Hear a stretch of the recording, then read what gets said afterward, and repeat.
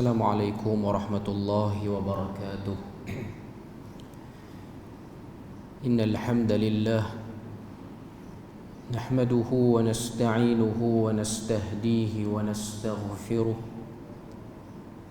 wa na'udzu billahi min shururi anfusina wa min sayyiati a'malina. Man yahdihillahu fala mudilla lahu ومن يضلله فلا هادي له. أشهد أن لا إله إلا الله وحده لا شريك له وأشهد أن محمدا عبده ورسوله. يا أيها الذين آمنوا اتقوا الله وقولوا قولا سديدا يصلح لكم أعمالكم ويغفر لكم ذنوبكم ومن يطع الله ورسوله فقد فاز فوزا عظيما.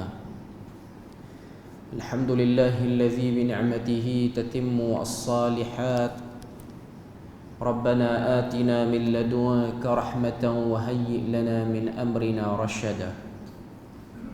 اللهم آت نفسي تقواها وزكيها وأنت خير من زكاها أنت وليها ومولاها. Alhamdulillah, syukur pada Allah Azza wa Jal kerana dengan rahmat dan juga limpah kurnia Allah Ta'ala berikan dapat kita bersama pada malam ni. Kita menyambung lagi perbahasan daripada risalah Sahih Al-Qasasun Nabawi oleh Profesor Dr. Umar bin Sulaiman Al-Ashqar rahimahullahu ta'ala. Sambungan kita malam ni ialah pada kisah yang ke-13. Kisah yang ke-13 ialah di bawah tajuk Habsus Syams Nabiullah Yusha, ataupun maksud dia kisah tertahannya matahari daripada terbenam oleh Nabi Yusha bin Nun alaihi salam.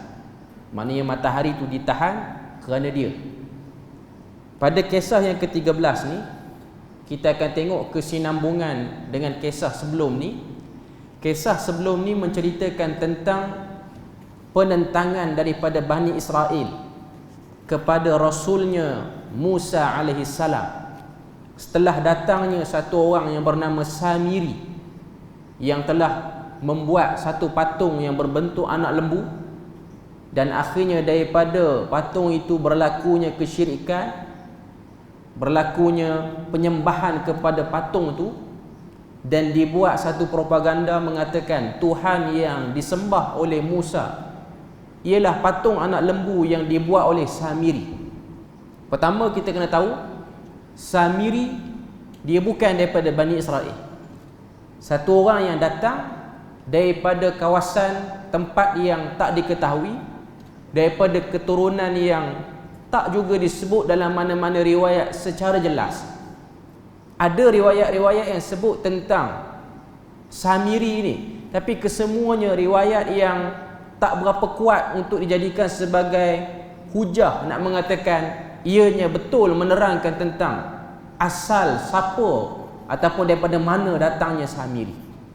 Maknanya apa-apa dakwaan yang boleh menjelaskan ataupun riwayat yang menjelaskan siapakah Samiri, semuanya bermasalah. Tapi namanya memang nama Samiri.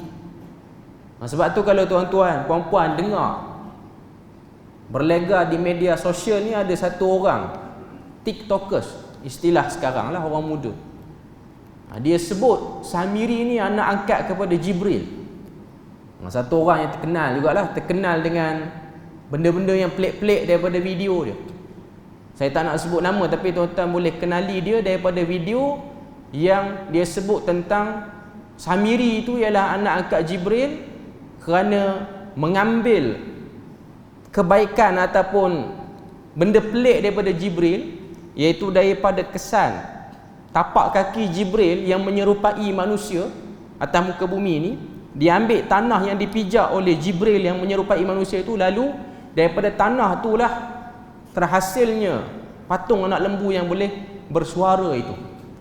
Itu salah satu pada video dia. Selain daripada satu lagi video, dia tunjuk macam mana Nabi berjalan.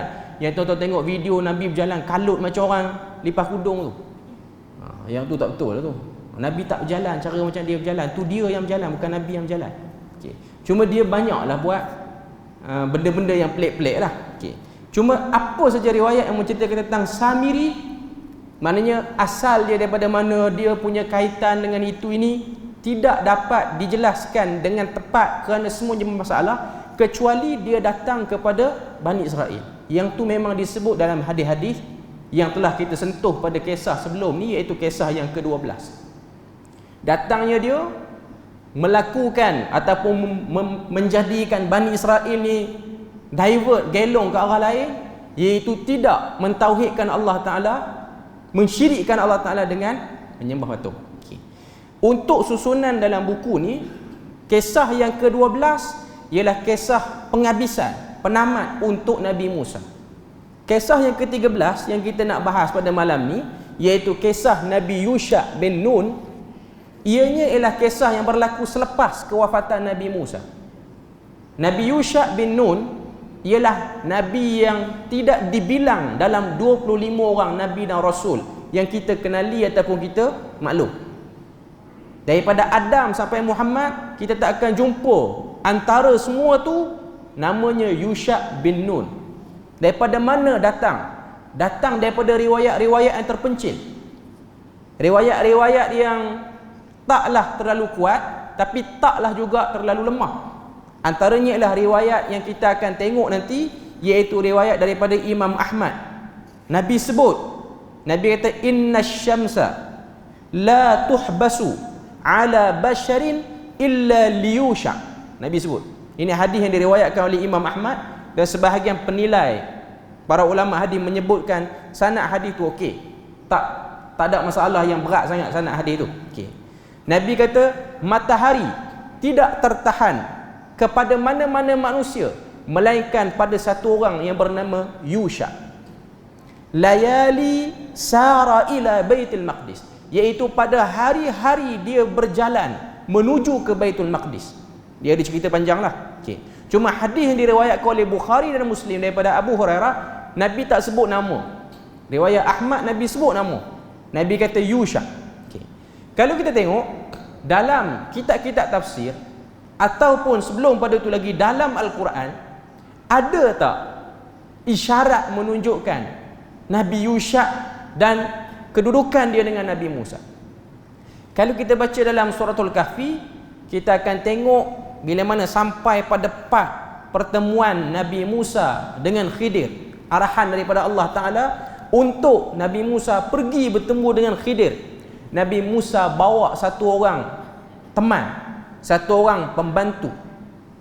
Kita baca surah Kahfi, kita akan jumpa ayat wa idh qala li fatahu, ketika mana Musa berkata kepada satu orang budak muda, la abrahu hatta amdiya hukuba, aku tidak akan berhenti daripada berjalan untuk mencari Khidir, walaupun perjalanan itu memakan tahun demi tahun.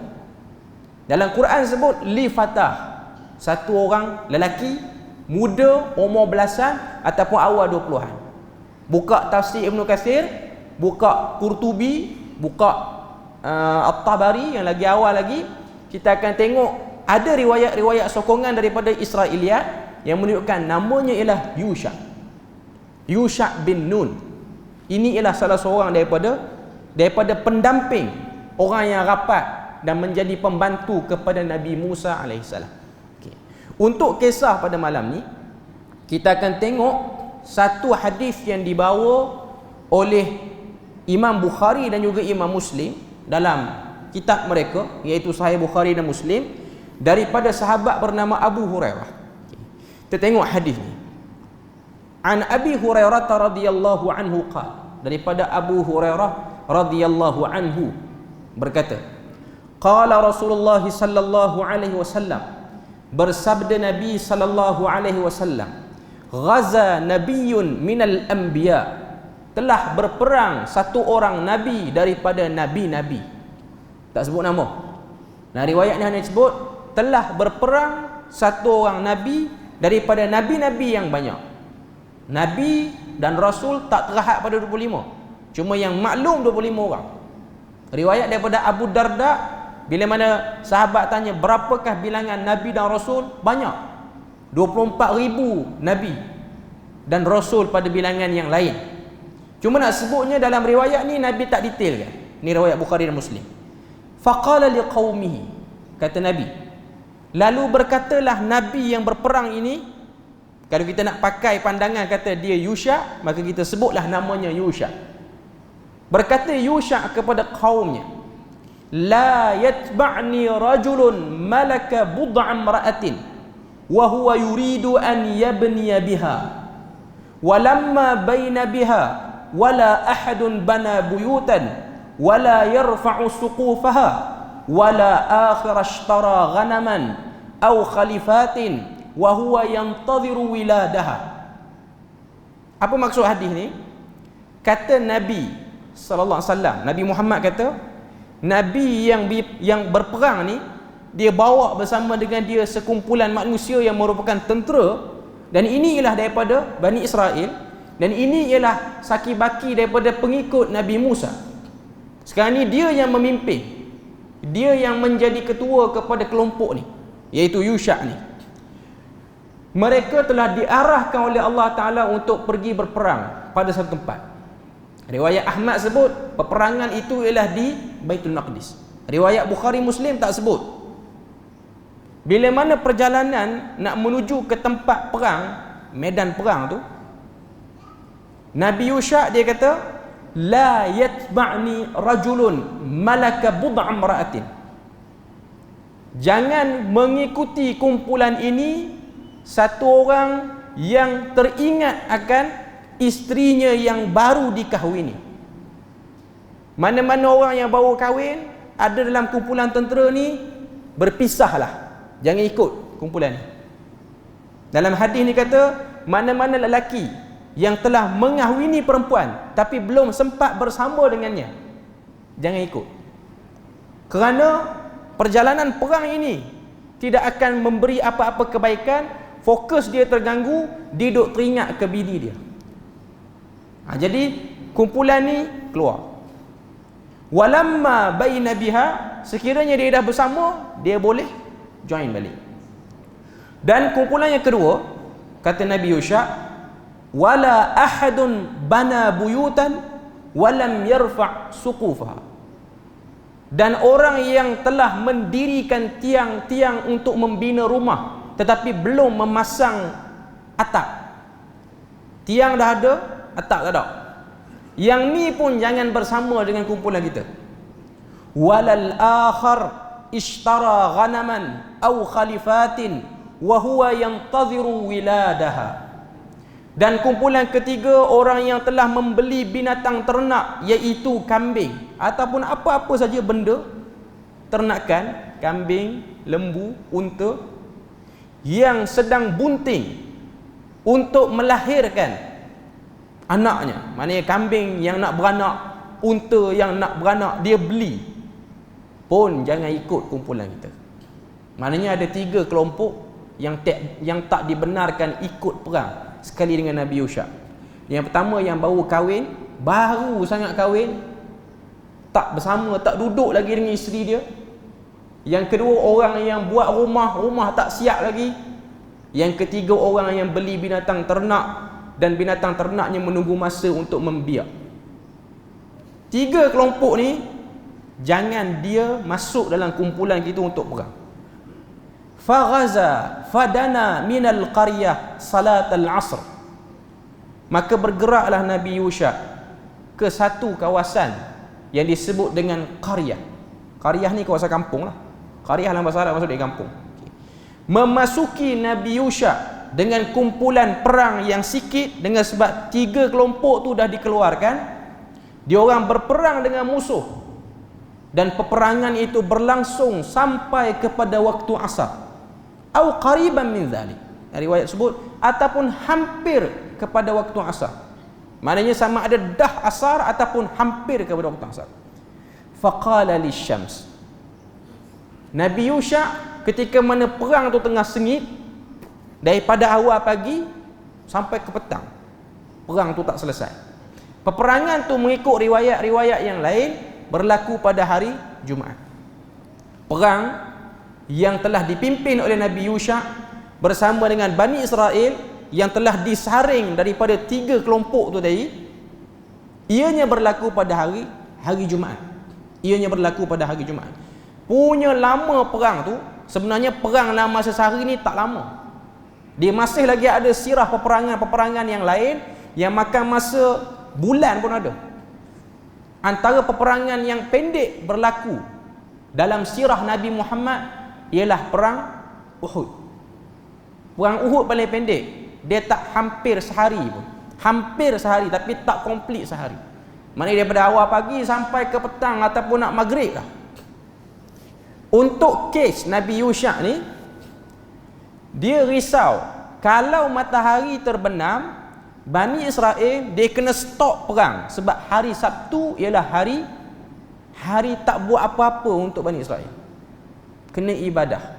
Tak boleh perang, tak boleh buat apa, kena menyendiri, kena tahannus. Jadi dia risau sebab tengok pada situasi perang ni, kalau kita tak berhenti maka dia akan berlarutan sampai kepada malam. Dan bila mana sampai pada malam duk perang lagi, kita telah melanggar arahan yang telah ditetapkan oleh Allah Ta'ala kepada Bani Israel untuk stop buat apa-apa pada hari Sabtu. Dan hari Sabtu bermula pada maghrib itu. Stop. Maknanya perang tu ibadah. Tapi untuk Bani Israel hari Sabtu ada satu jenis je ibadah yang dia boleh buat, iaitu dia kena tahannus.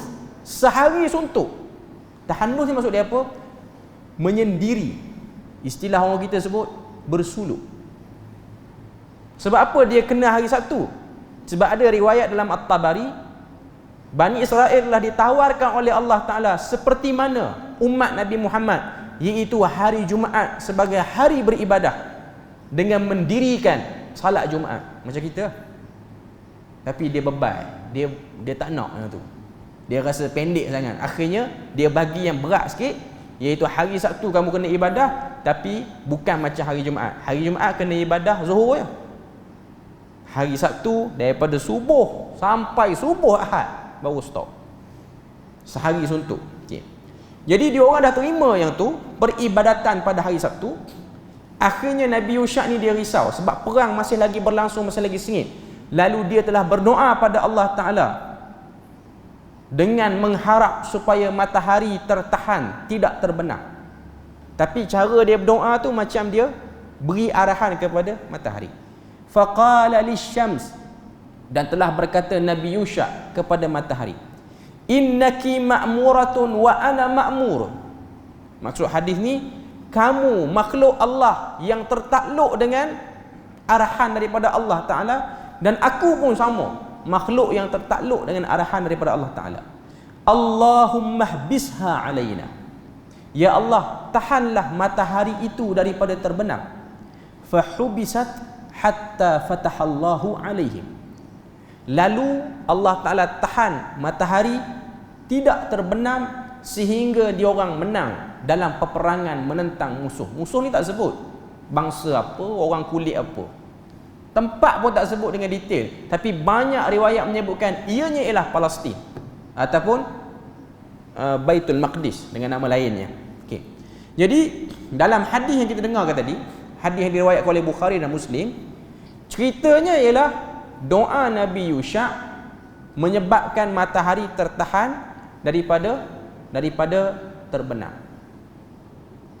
Cerita yang sama pernah berlaku pada zaman Nabi, tapi cerita ini walaupun perawi-perawinya okey, tapi atas sebab ianya gharib dengan sebab seorang sahabat je yang riwayat.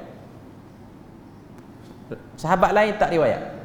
Saya tak ingat sebab saya tiba-tiba teringat hadis ni, dah lama dah baca. Okay. Satu orang isteri Nabi, dia terlena sampailah masuk waktu maghrib petang. Sikit lagi nak masuk waktu maghrib, ataupun sebagai riwayat kata dah masuk waktu maghrib. Dia pergi jumpa Nabi, bagi tahu, ya Rasulullah, aku tak salat asar lagi.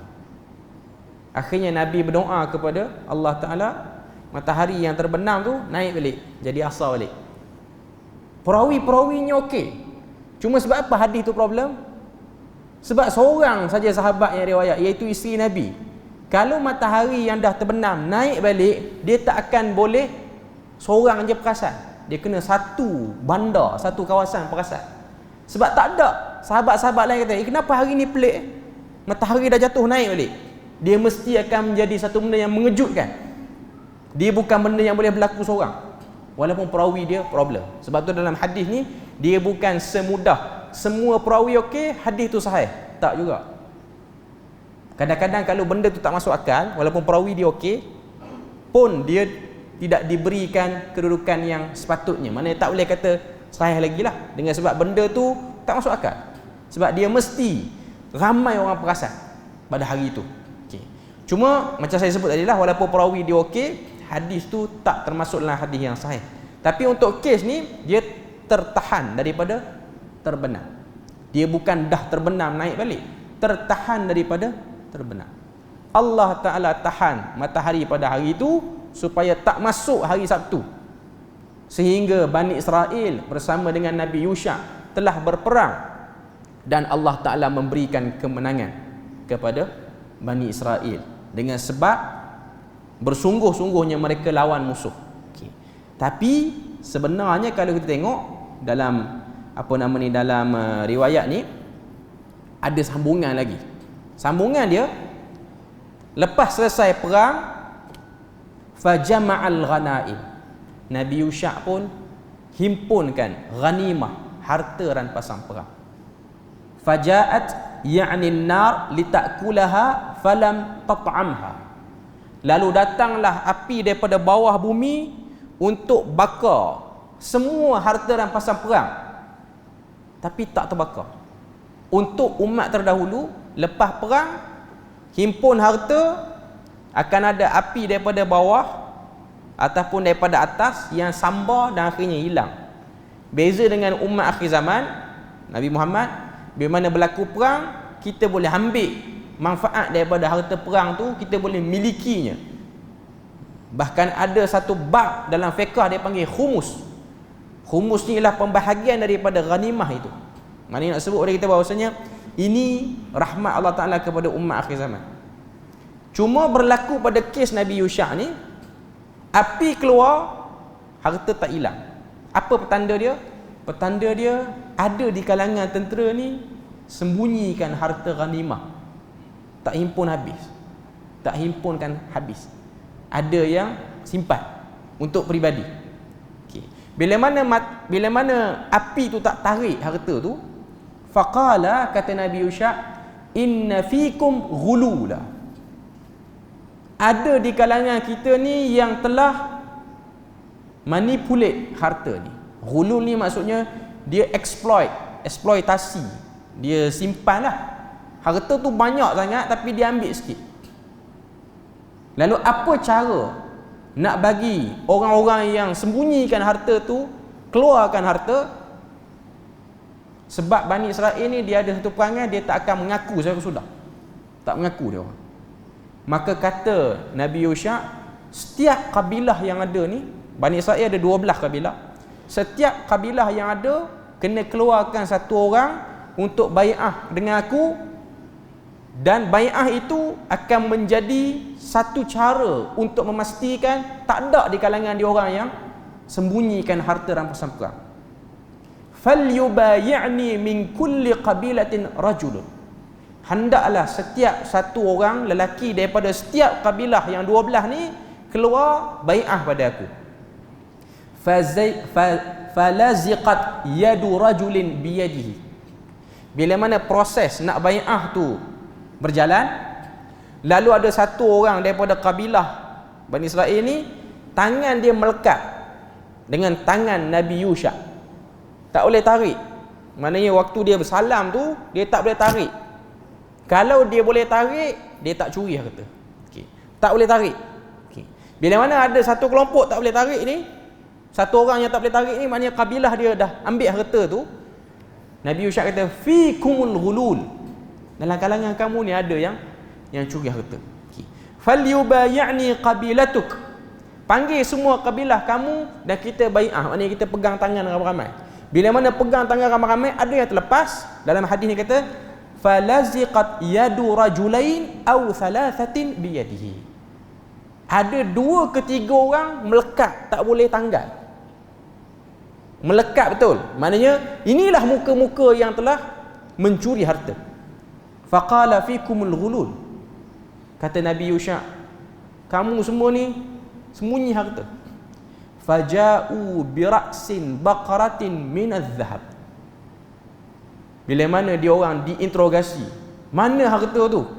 Akhirnya dikeluarkan emas sebesar kepala lembu. Banyak curi tu, bukan sikit.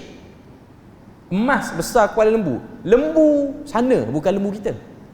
Kalau lembu yang daripada Kemboja tu kecil lembu tu. Lembu yang besar tu, lembu sadar tu. Lembu di sana, okey, besar tu. Okey. Faja'u bi ra'si baqaratin min adh-dhahab. Dia orang pun keluarkan, dia orang telah menyembunyikan emas sebesar kepala lembu. Fa wada'uha faja'atin nar fa akalatha. Lalu diletakkan di satu tempat dan akhirnya api datang dan orang kata apa? Ambil emas itu. Thumma ahallallahu lanal ghanaim. Kata Nabi SAW, iaitu Nabi Muhammad, begitulah kesudahan Bani Israel, berbeza dengan kita, dihalalkan kepada kita umat akhir zaman ini ghanimah. Ra'a dha'funa wa ajazna fa ahallaha lana. Kerana dalam kalangan kita ni ada golongan yang tertindas, ada golongan yang lemah, lalu Allah Ta'ala menghalalkan ghanimah. Apa maksud lemah dan tertindas? Maksud dia, di kalangan sahabat Nabi Muhammad, mereka betul-betul susah. Bukan diorang daripada kalangan orang yang berpura-pura susah. Sebab tu kalau kita tengok Nabi-Nabi dan Rasul ni, mereka ada yang disebut dengan istilah Hawariyun. Hawariyun ni maksud dia apa? Pengikut setia. Tapi ada sebahagian Nabi dan Rasul dalam kalangan pengikut setia tu, mereka melakukan penipuan ataupun mereka ragu kepada Nabi mereka ataupun Rasul mereka. Berbeza dengan Nabi Muhammad. Kelompok yang ikut Nabi Muhammad disebut dengan nama sahabat. Dan golongan yang telah memberi bai'ah kepada Nabi Muhammad untuk mengikuti dan berjuang, berkorban atas agama ni ialah orang-orang daripada Yathrib, iaitu orang-orang daripada Madinah. Sebab tu dalam Sahih Bukhari kita tengok adanya satu bab Imam Bukhari letak bab kurangnya iman orang yang membenci penduduk Madinah. Kita ni yang bukan orang Madinah ni, kalau kita tak suka orang Madinah, ada problem iman pada kita. Orang Madinah tu siapa? Orang Madinah tu ialah orang-orang yang menjadi sahabat Nabi, bukan orang Madinah yang sekarang. Sebab sekarang ni orang Madinah dah macam-macam. Kalau dia orang keturunan Ansar betul, okeylah masuklah hadis ni. Tapi kalau dia orang yang kerja sana, Melayu je pun, tak masuklah hadis tu. Dia orang bangsa mana-mana, dapat projek sana, dia buka kedai, yang tu tak masuk. Benci dia pun tak ada masalah. Bukan nak suruh benci orang, cuma nak katanya dia tak termasuk dalam hadis tu. Dia tak termasuk dalam hadis tu. Cuma Nabi kata orang yang tidak suka kepada Ansar, orang ni dia ada problem pada iman dia. Sebab orang Ansar, Allah Ta'ala jinakkan hatinya, lembutkan hatinya sehingga menerima Nabi, berbai'ah pada Nabi, menerima satu orang yang masih belum jelas keberjayaan dan keberhasilan untuk memimpin umat ini, iaitu Nabi Muhammad. Jadi itu cerita berkenaan dengan Nabi Yusha bin Nun. Dalam buku ni ataupun dalam risalah ni, penulis Profesor Dr. Umar Sulaiman Al-Ashqar, dia membuat perbandingan dengan riwayat yang ada dalam Taurat ataupun Old Testament sekarang. Bukan Taurat yang asal Nabi Musa tu. Taurat yang dimaksudkan sini ialah Old Testament yang diimani, dipercayai oleh orang Kristian dan juga sebahagian orang-orang Yahudi. Banyak kontradik fakta yang ada dalam Taurat dengan fakta yang ada dalam hadis. Kalau kita tengok dalam buku ni, apa yang dia sebut, saya cuba bacakan sikitlah apa yang dia sebut. Dia kata, terdapat kisah yang panjang dalam Taurat yang bernama Safar Yusha. Satu bab dalam Taurat nama dia Safar Yusha. Cuma nama yang tertulis padanya ialah Yashua. Ia adalah nama Ibrani seperti Jehovah, Khalas ataupun Yehova dalam bahasa Yahudi yang dipertuturkan pada waktu itu. Okay. Cuma poin dia nak sebut sini ialah banyaknya penyelewengan fakta. Pertama, jumlah harta yang diambil oleh Bani Israel dalam Taurat sikit, dalam hadis emas sebesar kepala lembu. Dalam Taurat tu dia tak sebut banyak, dan dia sebut yang curi harta tu seorang, sedangkan dalam hadis sebut 2 atau 3. Sikit je lah dia punya poin-poin dia. Cuma nak katanya ialah yang kita boleh tengok daripada cerita ni, yang pertama sekali ialah pengasingan yang dilakukan oleh Nabi Yusha' bin Nun. Kan awal-awal hadis, awal-awal cerita tadi, kita tengok bagaimana Nabi Yusha' Allah Ta'ala arahkan dia untuk pergi berperang, memimpin Bani Israel pergi berperang. Dan kata apa, bila mana dekat dengan medan perang tu, dia arah untuk keluarkan 3 kelompok ni. Sebab apa? Kalau tengok dalam pengajaran dia, apa yang disebut, dia kata peperangan yang dilakukan oleh Nabi Yusha' dengan penyertaan Bani Israel menunjukkan bahawa perangan itu diwajibkan kepada umat-umat terdahulu, bukan sahaja umat Nabi Muhammad. Itu yang pertama. Yang kedua, Allah Ta'ala telah menghukum Bani Israel selama 40 tahun kerana kesesatan yang telah dilakukan, dan mereka enggan menolak orang-orang yang diarahkan kepada mereka untuk berperang. Ini kedegilan Bani Israel. Okay. Seterusnya, Nabi Yusha' bin Nun mengasingkan orang-orang yang tak fokus. Antara benda besar yang kita boleh tengok daripada cerita Nabi Yusha' bin Nun ini ialah mencari kelompok yang berkualiti. Bukan cari ramai orang kan, tapi cari kelompok yang berkualiti. Tak ramai tak apa, tapi berguna. Daripada ramai ada, tak guna langsung. Sebab tu kalau tengok, saya nak kaitkan, orang kata apa, poin ni dengan apa yang disebutkan oleh Allah Ta'ala dalam Al-Quran, iaitu dalam surah An-Nahl. Kita baca surah An-Nahl, kita akan jumpa satu ayat 120. Allah Ta'ala sebut, Inna Ibrahim kana ummah qanitan lillah. Allah Ta'ala sebut, sesungguhnya Ibrahim itu seorang dia, kekuatannya ialah ummah. Dia betul-betul bertakwa kepada Allah. Kita selalu dengar orang sebut kan, dia ni macam 10 orang, sikit. Sekarang ni Allah Ta'ala sedang memuji Nabi Ibrahim dengan apa yang disebutkan dalam surah An-Nahl ayat 120 tu. Tuan-tuan boleh balik tanda tengok. Allah Ta'ala kata Ibrahim itu kekuatannya seperti satu komuniti masyarakat. Dia seorang, tapi kekuatannya satu komuniti. Hari ni kita orang Islam satu komuniti, macam separuh orang, tak kuat, tiada kekuatan, lemah, tak boleh buat apa, terpengaruh dengan banyak benda yang berlaku di sekeliling. Tapi bukanlah kita nak sebut melalui ayat yang ada dalam surah An-Nahl ni ada kekuatan luar biasa pada Nabi Ibrahim. Pertama kita kena tahu benda ni. Nabi-nabi dan rasul, apa yang dibekalkan dalam jiwa mereka ialah apa yang dibekalkan juga dalam jiwa kita. Sama saja. Cuma beza kita antara Nabi dan Rasul, kita dengan Nabi dengan Rasul, ialah mereka ada akses kepada Tuhan yang lebih dekat, lebih mudah. Mereka boleh pergi dan berinteraksi dengan para malaikat, dan mereka mendapat kemampatan iman. Sebab dia orang punya iman tu akan naik. Tapi dari segi perasaan, lemah, sedih, itu semua para Nabi dan Rasul ada. Risau, takut, ini semua ada. Orang kata apa? Rasa runsing. Dalam ayat 120 surah An-Nahl, Allah Ta'ala sebut tentang Nabi Ibrahim. Kalau tengok Nabi Ibrahim, ini saya sebut sikit pada tuan-tuan dan puan-puan. Nabi Ibrahim, kita bukan umat Nabi Ibrahim, tapi Nabi kita datang daripada keturunannya, datang daripada susu galurnya.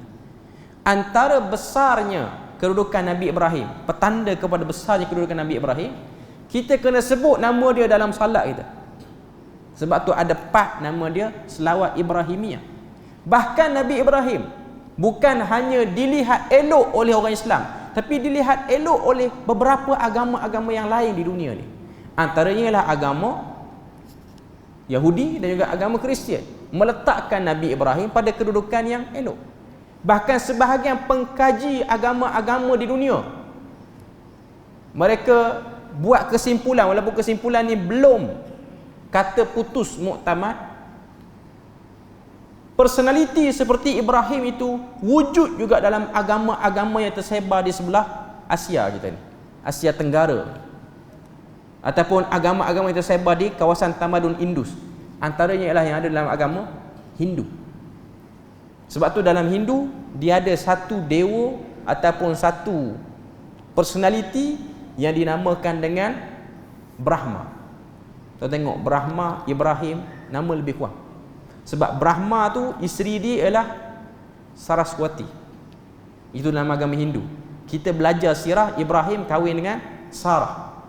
Hindu, Brahma, Saraswati. Saya tak kata benda tu betul.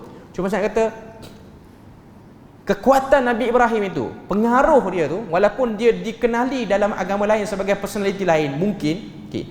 Cuma nak katanya Tuhan puji dia, kekuatan yang ada pada diri dia. Sebab apa?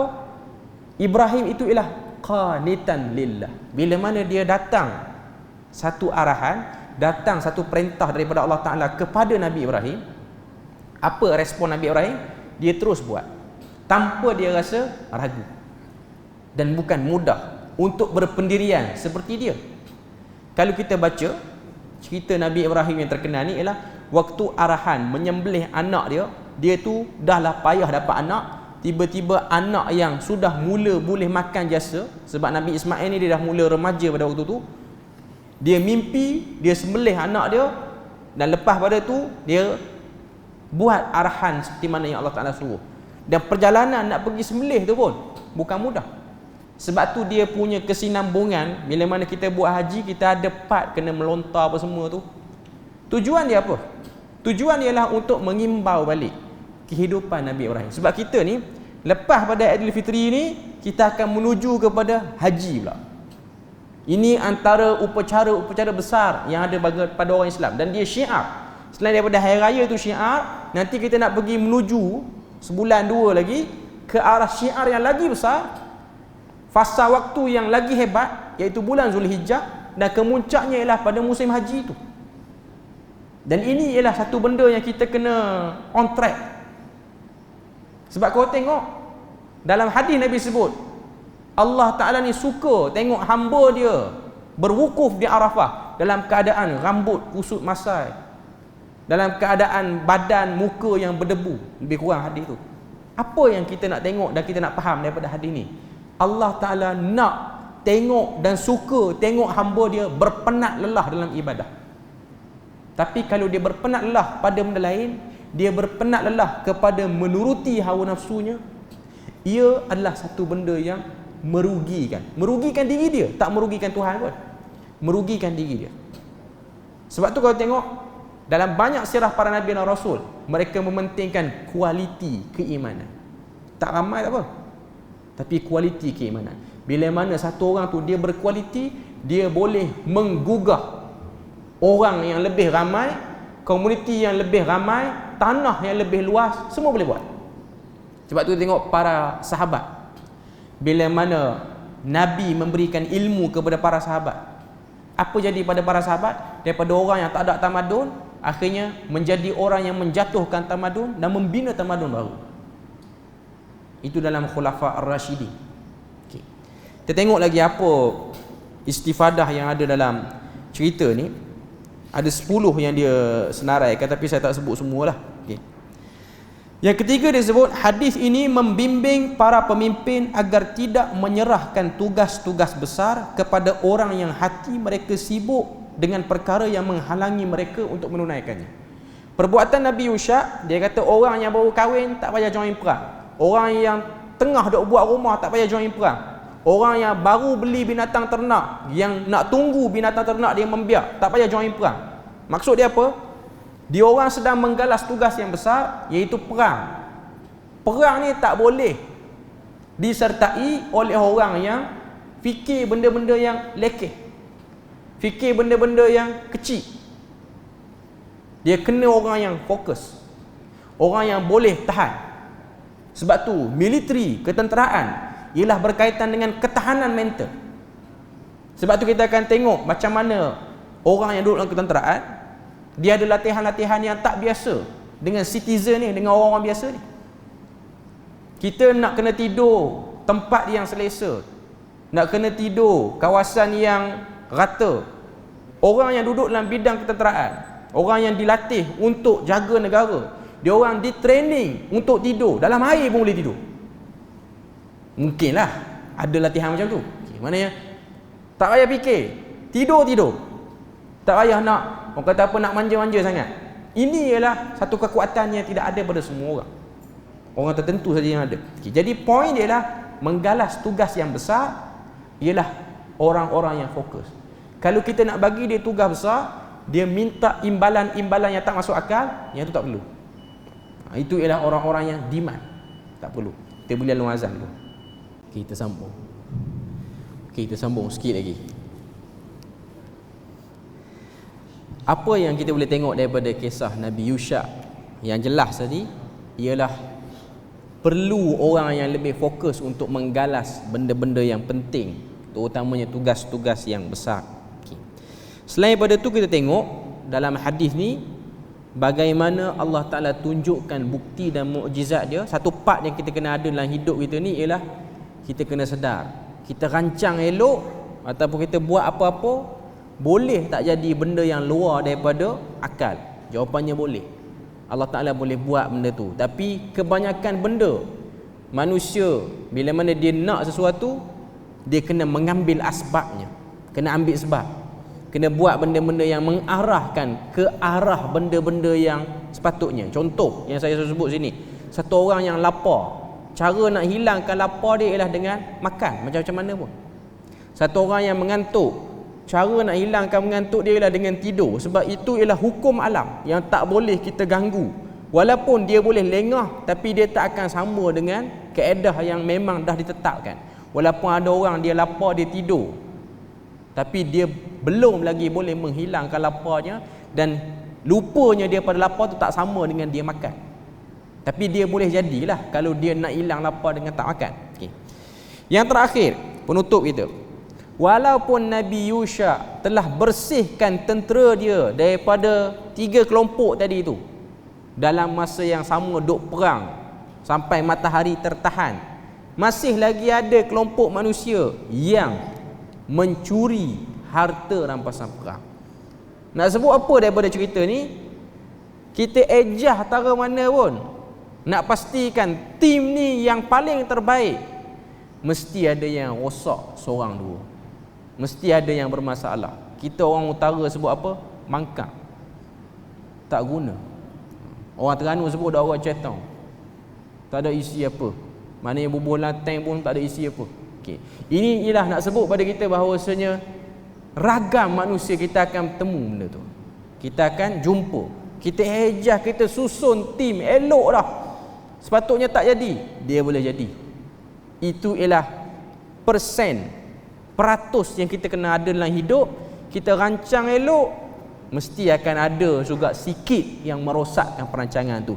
Tapi walau macam mana pun, sentiasalah, orang kata apa, bersangka dengan sangka yang baik untuk meneruskan kehidupan. Sebab kita akan bertemu dengan keadaan seperti ini di mana-mana, di waktu apa, di kelompok mana, di negara mana, di negeri mana pun, dia akan bertemu dengan benda ni. Okay. Jadi kita berpada situ je untuk malam ni. Moga Allah Ta'ala beri rahmat dan berkat. InsyaAllah untuk kali yang akan datang, kita akan sambung lagi kisah yang ke-14. Kisah yang ke-14 ialah kisah Nabi Yunus alaihi salam yang ditelan oleh ikan dan tasbihnya. Subhanakallahumma wa bihamdik, asyhadu an la ilaha illa anta wa astaghfiruka wa atubu ilaik. Wassalamualaikum warahmatullahi wabarakatuh.